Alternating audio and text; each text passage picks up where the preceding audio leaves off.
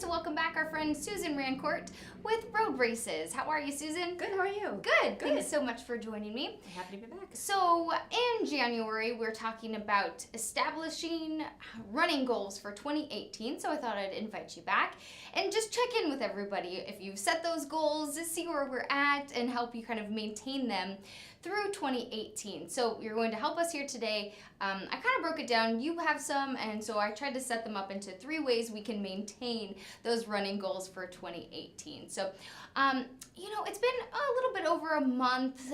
What should people be thinking or feeling if they've set running goals for 2018? Where do you think people should be at right now? I think it's a good time that we come back and we kind of address it because now that the Olympics are all over, I mean, I don't know about you, but I feel like really, like I need to go out and I need to do something. Yeah, either motivated or like totally just depressed, like, oh, no way. But hopefully positive, feeling like, yes, I can do this. Right, but now the weather's getting a little better, spring is in the air, so it's really a good time. And I think the big thing to remember is that even if you haven't started on these goals, or even if you've had some stops and some starts and some setbacks, like you started and you may have gotten injured, like don't give up. Like now we're coming into some really good running weather and it's never too late to start. Perfect. So even if you had that goal and you kind of fell off the wagon, get back on. So that's a really good thing. Okay, so it's never too late to start. Even if you didn't have running as maybe one of your goals for 2018, maybe it can be now. Yeah, it's all part of the process. Okay. And then to get started, if you started and you didn't find some success, just to recap some of the things we talked about before, find a partner. It's always easier to get out that door if somebody else is dragging you. And I have 30 years of running experience, and my partner is like, it's dragging me out or I'm dragging her out. It never hurts. Commit to a deadline, because if you do have like that end goal, it's going to help you format your plan and commit you to a program and give you something like tangible to lock onto to see where you need to end up. And just get that plan. So if you have like a Couch to 5K type of thing, you sign up for a 5K, go Google like Couch to 5K and it will give you things to do every day so that you're not out just like running without any sort of idea. And it's always easier to have like that little bit of I'm going to, do this plan rather than just I'm going to go out and see how I feel. Yeah. It's good too to have, whether you have never run before in your life or you've been a constant runner and this is something you do, but maybe you're just getting back into it. It's nice to be able to set goals, set a plan, and like we have so much technology in our life, why not use it to help you get through something, right? Well, that was kind of the next thing I was going to say is like find some distractions, because running can be tough. You are kind of getting out there, and if you're not used to it, it can be like focusing on how badly you feel. But I mean, I don't know about you, but I love technology. So to like give yourself a carrot, like say, all right, if I run 3 days this week, I'm going to go buy myself like a really new watch or some cool running gear or something that will give you that carrot to get out there and run.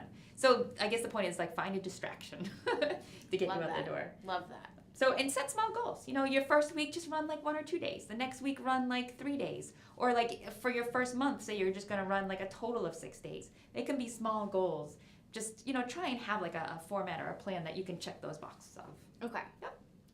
Do you think goals, and we'll talk about this too, is changing up your routine and that kind of thing. But when you're just getting started, can you start walking and incorporate running? Is it good to do that just so you're like literally just getting outside to get started? Well, and so actually you're really good at like leading to the next thing. So, I mean, our whole thing is, even if you feel like you don't have enough time to do it, like even 20 minutes is better than no time at all. And I'm a big believer in the run-walk method, because some people need those mental breaks. And even if you're saying, I'm going to run to like that next stop sign, or I'm going to run to that next telephone pole, and then I'm going to walk.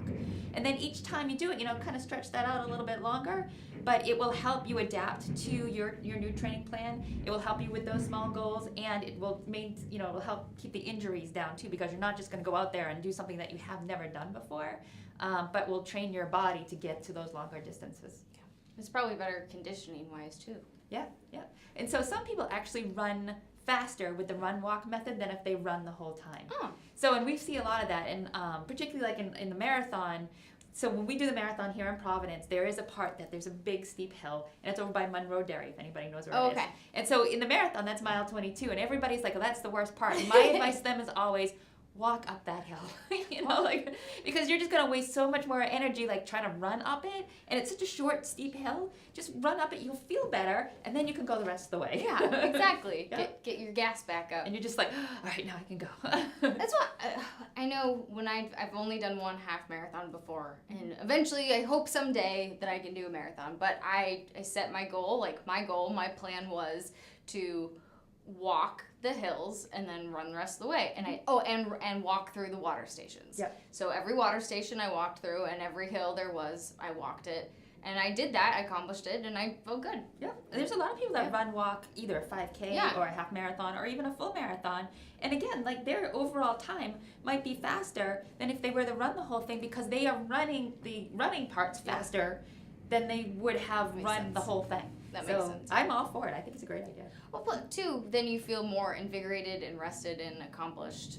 Maybe, I don't know. It depends on each individual person. So the point is, do what feels right for you and your body. Correct. Yes. Set your running goals, your plan.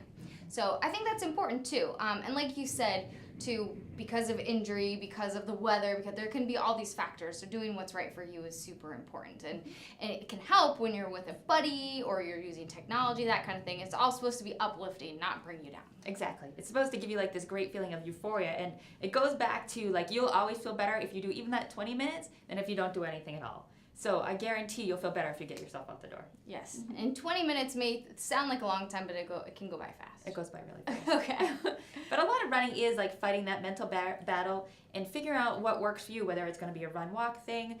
I think a lot of people get nervous too, like, am I going to be the last person in the race? Am I going to look funny? Is everything going to jiggle when I run? Yeah. But I think people have to kind of get over that mental part, because, there will be a last person, but it's, generally it's not one last person. Generally there's a bunch of last people, so don't feel badly about that.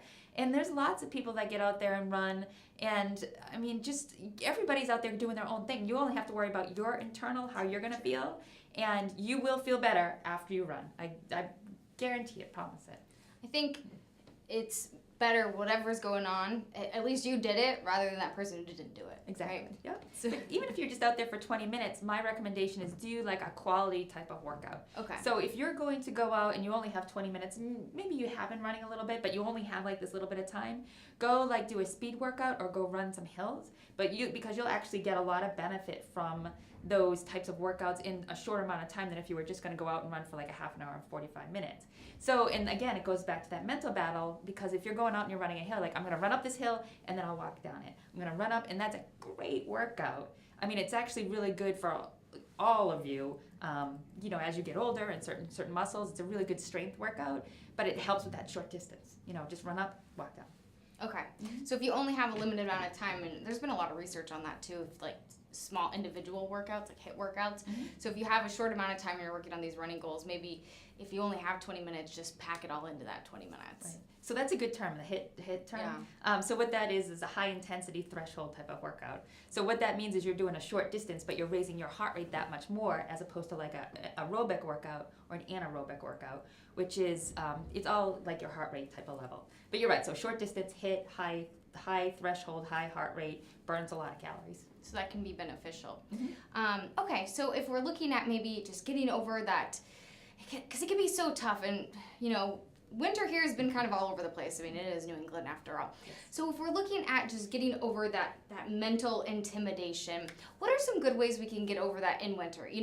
We saw torrential rain yesterday. Yeah. We had snow one day. It was 60 degrees another day. If we're really trying to overcome winter weather, whatever it is, what are some good ways we can do that, just getting over the mental intimidation and just getting through winter when we're running in New England? That's a really good point, because running in New England, you'll see that we're going to have a whole day of rain, but we're going to have a whole day of 60 degrees. Yeah. So usually my normal running schedule is I'll run 3 to 4 days a week, and then on the other 3 to 4 days a week, I will do something else. So at the beginning of every week, I look at a weather forecast, I'm like, well, it's going to rain on Sunday. And normally my long run is on Sunday, but this week it was beautiful on Saturday. So I'm like, well, I'm just going to do my long run today, and tomorrow I'm going to sit on my bike in my basement. So that's how I plan out what I'm going to do on what days, is definitely based on the weather. Perfect. And it could all change very well within a matter of an hour. Right. So believe me, when I was on my run on Saturday, it started raining. I was like, all right, so maybe we're going to go for 8 instead of 10 today. Maybe this long run will be a little less long. Right. Okay, so we're talking a little bit about just that mental motivation and trying to kind of get over some of those obstacles, because it can be pretty intimidating, and just doing mind over matter. We talked about it a little bit last time, just using, whether it's using a friend to get with you or maybe like some podcasts, that kind of stuff. Do you have any other inspirational ideas to help you, just whether it's winter weather or whatever it is, to help you stay inspired when you're setting those running goals and achieving them? Right. I do think like your plan is really the best thing you're going to do for achieving those goals, because again, you can tailor it based on the weather for the week too. So if you say like, my goal this week is to run 20 miles, and I'm going to get there even though it's going to snow on this day or it's going to rain on this day, I'm going to still fit those in based on what the weather is going to be, or even what your schedule is going to be. Like, I think for most people, they will go out and run in bad weather if that's all that's all the time they have.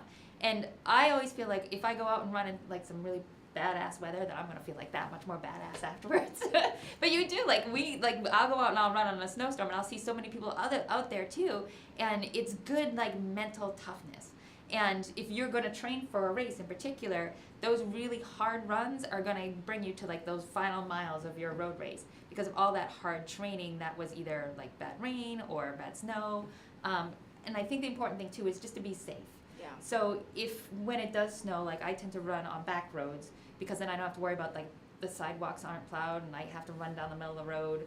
I always feel like a good, and I think I say this a lot, is like you need like retail therapy too to help you get through it.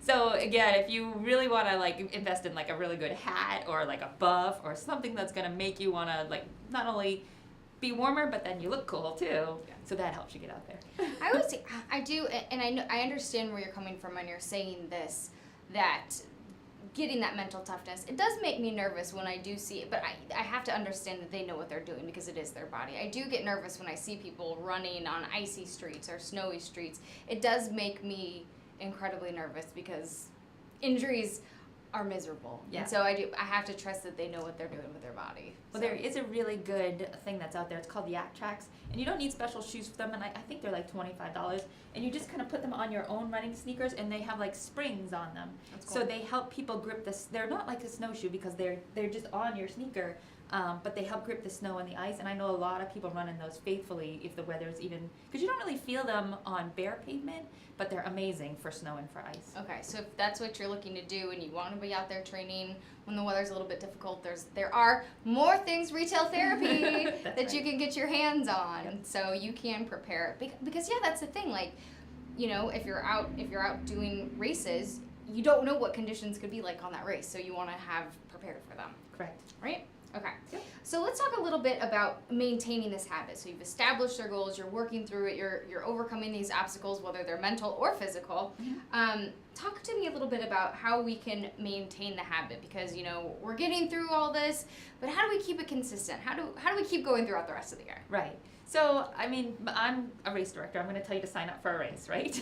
But not just you, like bring a friend to help you sign up for that race, because then you guys are kind of in it together, and you may not always have the chance to run together, but you can kind of talk about what hurts or what's working for you, or you just have like this shared experience. And it's not only going to be just in the training, but it's going to be in race day. So, you know, if you have some nerves about, you know, where do I park, or how do I get to the start line, that person will be with you too. And it will, I mean, we see such joy at finish lines. It's amazing. And all these people have like these hugs and these tears and like marriage proposals. Like I do feel like it's a reward for all the work that you're putting in, because, you know, you're going to get a medal, you're going to get a t-shirt, you're going to get some tangible evidence that you have done the work, and you get to wear that t-shirt or you get to hang that medal, and everybody knows that you've committed to this program and that you've accomplished this goal. So the other thing that we've been trying to do is, as a whole, trying to get Providence to be like this healthier lifestyle. So we're working with like the mayor's office, the sports commission, Tufts Health Plan actually, and we're doing like this corporate fit challenge. And what it is, I mean, you don't even have to sign up for a race if you don't want to, but just get your coworkers, you know, because there is a lot of employee benefits to getting outside and to getting exercise and de-stressing with running. But get your coworkers to join you in some of these things. Like go out and run on your lunch, or meet them before work, because you guys have the same schedule. You know, you work the same hours. You can find running paths around your area, or you can meet them before or after work and before you even go home, so you don't even have that excuse that, oh, I got home and I don't feel like going back out type of thing. So that's one of the things that we're trying to do to get everybody in Providence kind of healthier. Healthier, out the door, active, get your friends involved, get people up and running. And we've talked about this before, but kind of hammering that home, the importance of strength training. So even though you want to be a runner, you set these running goals, but it shouldn't always be outrunning. You shouldn't necessarily, to be a better runner, it's not about running 7 days a week. Exactly. So even though you've heard us talk a lot about running only 3 or 4 days a week and doing other things, you have to do yoga, you have to strength train, you have to work those muscles so they're not always being overused, but when you do use them, they have the proper strength, the proper flexibility, and it will help you prevent injuries. And it will help keep your interest in running peaked because you're not running 6 or 7 days a week or 5 or 6 days a week. Like, today I'm going to run and I don't love it, but tomorrow I'm going to do yoga, which I do love, but then the next day I'm going to go back to running. Or the next day I'm going to swim. And all of these things together will make you healthier, and it will prevent the injuries and keep your interest in all of them. So I do feel like you need a well-rounded workout program in order to be successful at any one of them. I think that's an excellent approach to life. And also you can find friends, you can find people who are interested in similar things, and you have a lot to talk about, right? Exactly, yeah. You can definitely find people who are interested in a lot of different things, and maybe they can help you become more interested in other things. And they can give you like some tips too about how to stay healthy, and again, where they're feeling. And if your friend is starting to feel something, you say, all right, we're gonna go to yoga tomorrow. Oh, I have something that will help stretch you out, or I know this person who can help give you a massage, or I know this stretch that really works out, and you're like, I've never seen that before. Exactly, yeah. No, it does. And some things work for different people. So the more conversations you have, the more you'll learn, and the more you'll try different things that may or may not work for you. But there's no one right way to do any of it, but there's no one wrong way either. Just try it all and see what, eventually you'll tweak it to find what is going to be the most successful for you and your body. I think that's awesome. So hopefully Susan has helped you maybe either start to set some running goals for 2018 or hopefully reinvigorate you just a little bit as you get going on those running goals. So the Providence race coming up is April, right? Nope, Newport's in April. Newport's April. Providence is May 6th. Providence May 6th. So, and you said last time that you were in here that people start signing up for marathons without any training at all. So it's not too late, right? It's not too late, no. It's not too late. So maybe if that's on your bucket list, you can start your training now. Hopefully we've provided you some motivation, inspiration, and help you start to maintain your fitness for 2018. So Susan, thank you so much. We're just going to take a quick pause as we get ready here for our next guest on Go Local Live.